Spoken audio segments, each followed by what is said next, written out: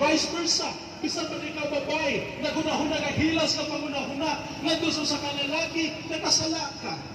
Nakasala ka ni anang tungura niya sa iyong kasing-kasi. Nakasala ka sa iyong una-una. Walay na sayo, ang Ginoo lamang maoy na sayo niya na. Hallelujah! Isa niya ng tulong akong giiskutan. Kita guilty ka niya ng mga salaa. Higala, masayok kita. Apan ang nakanindot, madagayaon ng grasya sa Dios. Dako ang iyang grasya. Halapan ang iyang paghigugma ka na to.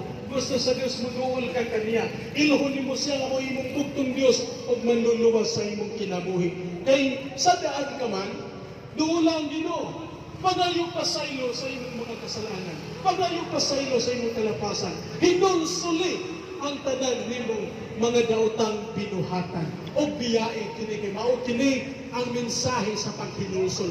Ang pagbiya sa tanang daotan nimong mga binuhatan.